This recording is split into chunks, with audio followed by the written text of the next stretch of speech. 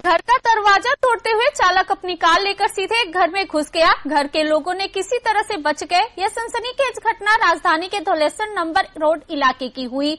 इस घटना के बारे में एक घर के मालिक शांति भौमिक ने कहा कि वे उस समय घर पर नहीं थे। उनकी वृद्ध मां थी। उसी समय TR01BM0575 नंबर की एक 4 पहिया प्राइवेट कार घर में गेट के तोड़ते हुए सीधे घर में घुस गई। जब वह घर वापस आए तो इस घटना को देखकर हैरान रह गए।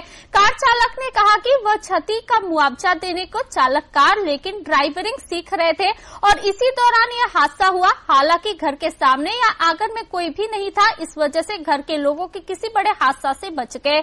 इस घटना ने कार चालक की जिम्मेदारी पर सवाल खड़े कर दिए हैं। यदि चालक ने ठीक से ड्राइविंग नहीं सीखी थी तो वह कार लेकर बाहर क्यों निकला?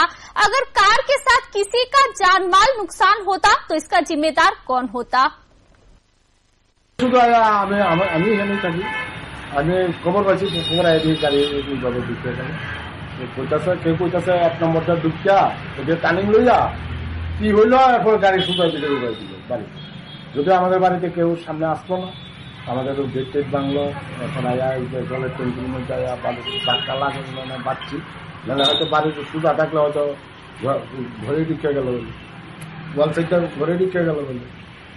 এটা তো পুরো ব্যাপার, এটা আমাদের দেখতে এটা কিভাবে দেন এই গাড়িটা এরকম কিভাবে আইলো এটা আমরা তো বুঝতে পারতাম না। আমরা তো কেউ আর এরকম ছিলাম না সামনে।